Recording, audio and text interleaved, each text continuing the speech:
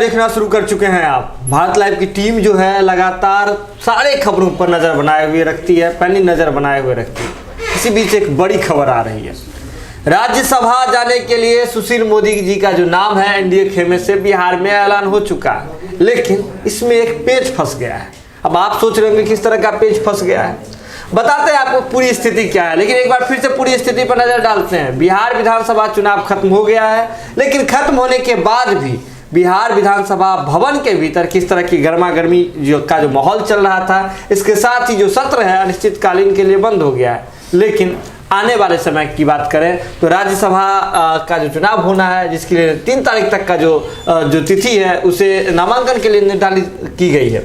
लेकिन इसी बीच एक बड़ी बात आ रही है। बिहार में एनडीए खेमे से सुशील मोदी जी का नाम जो है आगे किया गया है। सुशील मोदी जी का नाम प्रस्तावित है और उन्हें जो है यहाँ से राज्यसभा भेजा जाना है। लेकिन इसमें जो पेच है इसकी हम बात कर रहे हैं।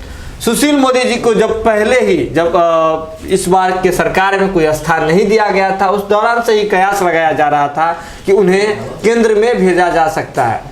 और उन्हें भेजना इसलिए भी अहम था क्योंकि एक जो बात आती है राम श्याम की जोड़ी की जो बात आती है बिहार में, बिहार के मुख्यमंत्री नीतीश कुमार और सुशील मोदी की जोड़ी की बात कर रहे हैं। ये बात हमारे संपादक नमन मिश्रा और विजय मिश्र बाबा लगातार पहले से ही कह रहे थे किस तरह से भाजपा जो है एक बड़ा गेम कर सकती है। और गेम क्या था? यही गेम था कि सुशील मोदी जी को और नीतीश कुमार जी को अलग किया जाए। नीतीश कुमार जी को मुख्यमंत्री बना करके बिहार के भीतर ही रख दिया गया, सुशील मोदी जी को जो है केंद्र में भेज दिया गया है, यानी कि भेजने की तैयारी चल रही है, राज्यसभा भेजा जाना है। लेकिन पेच कहां फंस रहा है ये समझिए। बिहार विधानसभा का जो अध्यक्ष का जो चुनाव हुआ था उसमें आपने देखा था किस तरह से मतदान की स्थिति बनी। मतदान की स्थिति बनी तो उन्हें 122 का आंकड़ा जो है वो पाना था। ये आंकड़ा जो है फिलहाल किसी के विरोधी दल के पास नहीं है।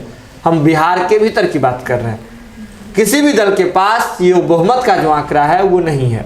ऐसे में अगर महागठबंधन खड़ा करती है, महागठबंधन अपने ओर से प्रत्याशियों को राज्यसभा भेजने के लिए जो है नाम आवंटित करती है, प्रत्याशी को सामने लाती है, तो ऐसे में मतदान की स्थिति बनेगी।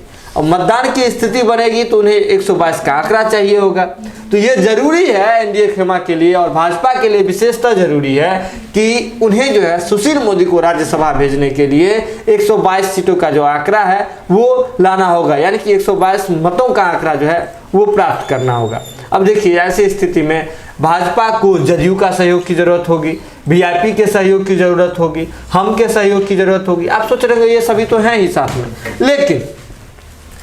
में, लेकिन आगे क्या स्थिति होगी इस पे सारी बातें स्पष्ट नहीं है। सुशील मोदी का नाम इसलिए भी भाजपा ने आगे किया है क्योंकि जदयू को सुशील मोदी के नाम से तो ऐतराज नहीं ही होगा। ये बात भाजपा जानती है, ये बात और दल के लोग भी जानते हैं। तो ऐसे में भाजपा ने सुशील मोदी का नाम ये सारी बातों को सोच समझ करके जो है आगे किया था। लेकिन अब देखिए इस पूरे प्रकरण पे देखिए, हम इस एनडीए साइड को खत्म करते हैं, दूसरे साइड को देखिए, महागठबंधन साइड को देखिए। यहाँ क्या हो रहा है, चिराग पासवान जो है लगातार चुप्पी साधे हुए हैं। उनकी मां रीना पासवान को राज्यसभा भेजे जाने की चर्चा चल रही थी, नाम सबसे आगे था। और 2019 की जो संधि है उसको भी ध्यान में रखें तो रीना पासवान को ही जो है इस बार राज्यसभा भेजा जाना था। लेकिन इस पूरे बातों को दरकिनार करते हुए भाजपा ने सुशील मोदी का नाम आगे किया है। चिराग पासवान इस मामले पर चुप्पी साधे हुए हैं। हमारे भीतर खाने से खबर आ रही है कि चिराग पासवान को अपने पुराने मित्र तेजस्वी यादव की याद आई है। तेजस्वी यादव की याद आई है, कैसे आई है? रातों रात के दौरान हमने एक खबर आपको दिखाई थी कि महागठबंधन की ओर से अब्दुल बारी सिद्दीकी और दूसरी ओर जो बात कर रहे हैं तो जगदानंद सिंह जी का जो नाम है वो आगे चल रहा है। राज्यसभा भेजे जाने के लिए इन दो लोगों के जो नाम है वो संभावित है कि नहीं एक को कर सकती है महागठबंधन से, यानी कि राजद खेमा जो है वो नाम आगे कर सकती है। लेकिन ऐसे में देखिए ना, चिराग पासवान लगातार चुप है, तेजस्वी यादव से बात होने की बात आ रही है सामने, और कहीं ना कहीं रीना पासवान का जो नाम है इस बार सिंपैथी वोट बटोर सकता है। ये बात तेजस्वी यादव भी भली बात ही जानते हैं। रातों रात के दौरान बाबा और हमने एक बड़ी बात आपसे कही थी, एक सवाल आपको छोड़ करके गया था आपके सामने कि तीसरा नाम कौन हो सकता है, आप उसका कमेंट में हमें जवाब दीजिए। रीना पासवान के नाम की हम चर्चा कर रहे हैं। अगर रीना पासवान को महागठबंधन खेमे से उम्मीदवार बनाया दिया जाता है ध्यान दीजिएगा फिर से हमारी बातों पर। रीना पासवान को महागठबंधन खेमे से राज्यसभा का उम्मीदवार बना दिया जा सकता है, तब पूरा मामला जो है पेचीदा हो सकता है। आप कह रहे होंगे एनडीए खेमे में तो बहुमत है, लेकिन रीना पासवान जैसे ही आते हैं, महागठबंधन के प्रत्याशी हो जाते हैं आपको राज्यसभा जाने के लिए, तो सिंपैथी वोट जो है वो मिलने की संभावना है उन्हें।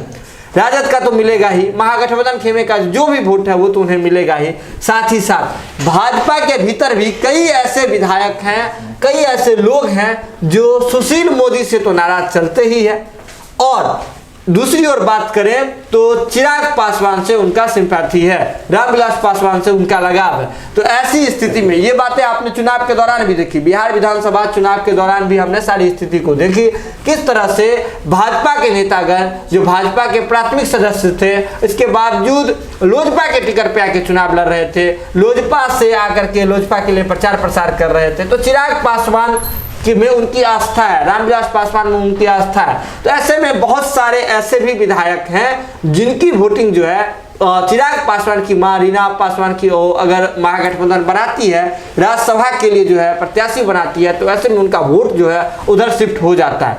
इस दौरान पार्टी जो है व्हिप जारी करती है, जिसके दौरान कहा जाता है कि ऐसे स्थिति में पार्टी के किसी भी विधायक को एब्सेंट नहीं होना होता है और जाकर के चुनाव का जो मतदान है उसमें जाकर के हिस्सा लेना होता है। लेकिन ये सारी चीजें हो सकती है, लेकिन आप इस मसले को लेकर के अगर रीना पासवान को महागठबंधन जो है राज्यसभा की प्रत्याशी बना देती है, तो ऐसे में सभी स्थिति जो है फंस सकती है। वीआईपी का भी मन डोल सकता है, हम का भी मन डोल सकता है, आगे कुछ भी हो सकता है। लेकिन भाजपा में एक बड़ा वर्ग है जो सुशील मोदी से लगातार नाराज चलता है और चिराग पासवान और रामविलास पासवान में उनकी आस्था है। तो कहीं ना कहीं ये जो आंकड़ा है, इधर भी तो बहुत ज्यादा का तो डिफरेंस नहीं है, 122 सीटें ही लानी है, 122 मत ही लाने हैं।